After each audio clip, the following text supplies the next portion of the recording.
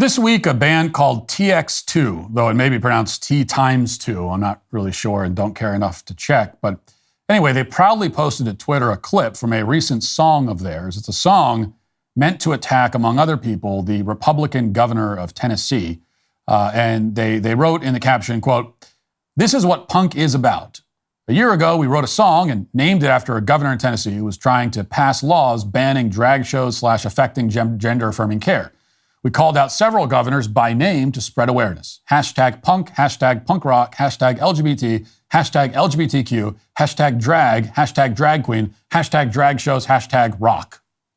Now, you might expect, based on the flagrant overuse of hashtags, that this band is comprised of 64-year-old boomers. Turns out that they aren't that old, although they aren't really all that young either. Before we listen to this clip, let's also take a moment to admire their courage in calling out several governors by name. I mean, it's one thing to call out governors vaguely and generally, but by name? You said the names of Republican governors? Now that is brave. That's bold. That is hashtag courageous, hashtag punk rock, hashtag rock and roll. I mean, it's a pretty dangerous game to call out Republican governors by name, after all. I think that's like going after the mob. The only difference is that Republicans won't have you beat up or have your family killed or cause you any harm of any kind at all. Not that this song will be worth a response anyway from the governor of Tennessee or anyone else. I'm only going to play the clip because it will be enjoyable to make fun of, and also there is an underlying point to make. But here it is. Watch. Put a bullet in a kid's head, think they got a sickness and they're not dressed up straight. But what happens in the closet doesn't matter if you profit from the flag of the USA. You're too old, you do as you're told. You base your life off the nation's scroll. Out there burning witches, filling up the ditches. Tell me, can I still be saved? So there it is. That's what punk rock is about, we're told. It's about that. A middle-aged man in a dress reciting milquetoast liberal talking points harvested from a YouTube comment section in a song that sounds like Walmart brand My Chemical Romance circa 2003. That's punk rock. Which is to say, punk rock is dead, if that's what it is.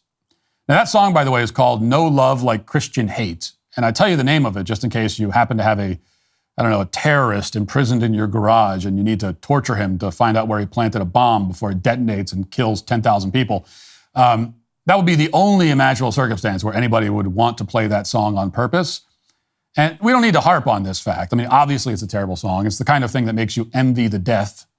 You know, it makes you long for the life of maybe the naked mole rat, which lives underground and can neither see nor hear, yet manages to navigate somehow. I'm not really sure how. It's a discussion for a different day. But putting aside the general badness of the song, the more salient point is how it reveals the difficulty faced by liberal punk bands and by liberals in general. They want to fashion themselves as rebels, as mischievous troublemakers, as those who rage against the machine. But the problem is that they agree with the machine on nearly every point. I mean, they are the machine, at least an appendage of it. So here's a general rule of thumb. You are not a rebel or punk rock if you are saying things that would be happily affirmed by every Fortune 500 company, along with academia, the corporate media, and the entire federal government. Like, you could take the lyrics from the clip that I just played, and with maybe only superficial changes, drop them right into a sensitivity training session conducted by the HR department at the corporate headquarters of Procter & Gamble. Indeed, there is nothing in that song that the head of HR at Procter & Gamble would object to. In fact, I wouldn't be entirely surprised if some HR department somewhere in corporate America has already incorporated this exact song into one of their workshops. That would not surprise me at all. Now, there is no real way around this problem if you're on the left. I mean, this is the burden of wearing the crown. You won the culture, or your parents did, rather.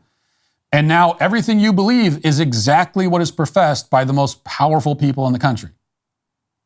Like, face it, that's how it is. You can count the FBI as your ideological allies.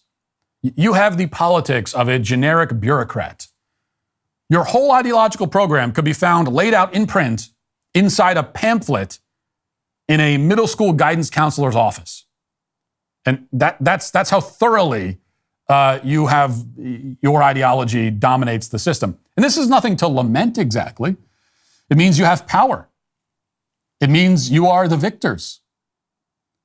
But it also means that you aren't cool. And you certainly aren't punk rock. You are the ones defending the machine, not raging against it. You aren't trying to take down the system. You want to strengthen the system and fortify it. And this is why conservatism really is the new punk rock, as Paul Joseph Watson has observed. Now, when I say that, that doesn't mean that conservatives have been especially good at harnessing this rebellious energy and using it to their advantage. Conservatives in general aren't very good at punk rock, and I mean that in the general sense, not just that they aren't good at making that kind of music, though they probably aren't. I mean that conservatives, broadly speaking, tend to be somewhat clumsy and awkward in their roles as cultural rebels. And, some of that difficulty is understandable. Conservatism is, conservative. Liberals can't stop pretending to be rebels even though they own the system, and conservatives can't stop operating as though they own the system even though the system hates them. So this role reversal has been difficult for everybody involved, I guess we could say.